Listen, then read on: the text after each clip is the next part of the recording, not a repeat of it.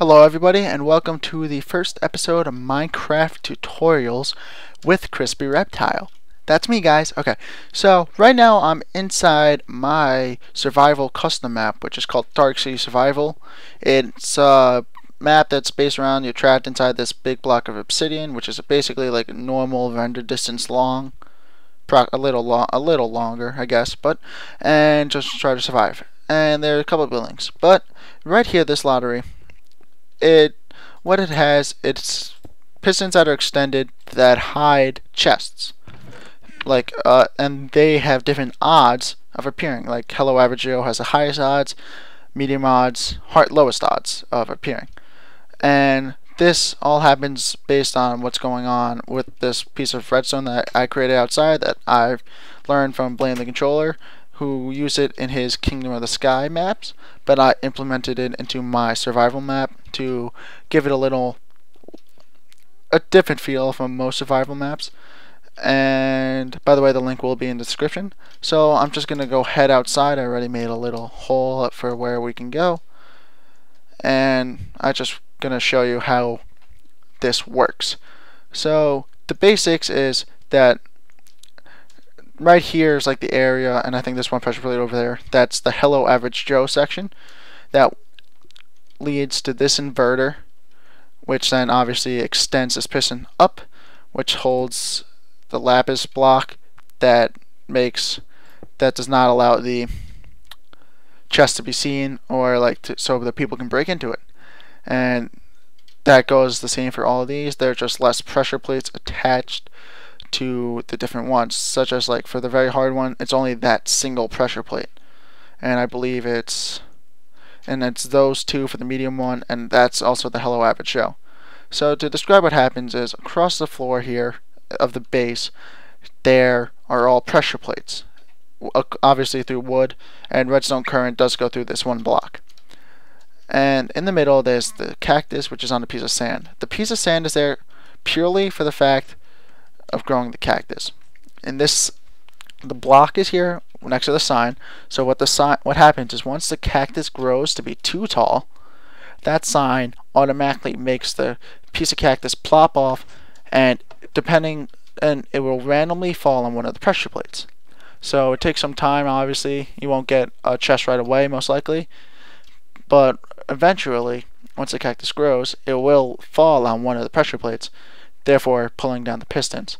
Now I just want to show you guys quickly how to make this. So I guess we could do it right here. I'm just going to let's get some redstone, because this is what you need. You need redstone, you need redstone torch, let's get wooden blocks and wooden pressure plates.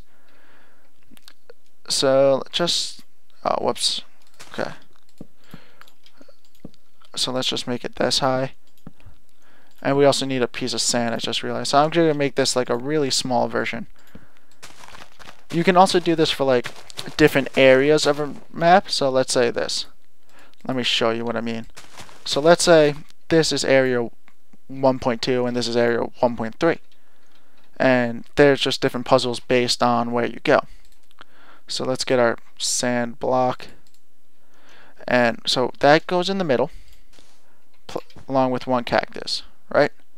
You put the pressure plates all around the outside of the base, and then you can use any block, but I like to use glass so you can see the inside of here. But you want to trap the pressure plates inside, so the cactus, when it falls off due to the sign, won't go out and not fall on a pressure plate, because you want the pressure plate to be clicked, otherwise it's just a useless piece of redstone. So let's just quickly get this done, and then boom. Okay, so that's good. The next step is, let's just take this obsidian block and then get a sign.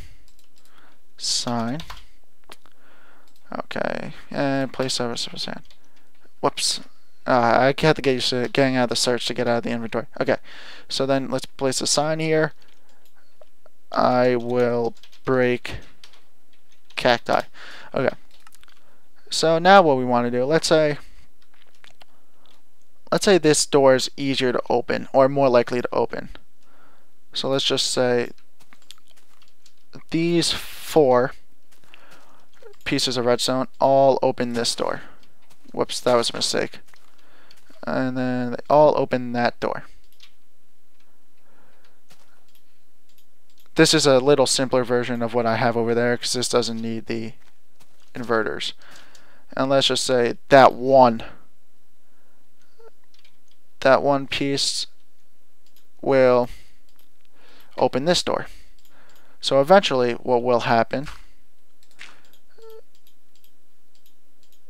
is, just to be safe, is that the cacti will eventually fall on one of the pressure plates. And then it will either open door A or door B. Now since I'm not elevated like I am over here, it's a little harder just to separate the different pressure plates. Like up here I was able to do it easy because I had all the room in the world. So basically let's just say eventually the cactus grows and it falls there. Well, okay, I messed up the building of it, but whatever. So that door opens.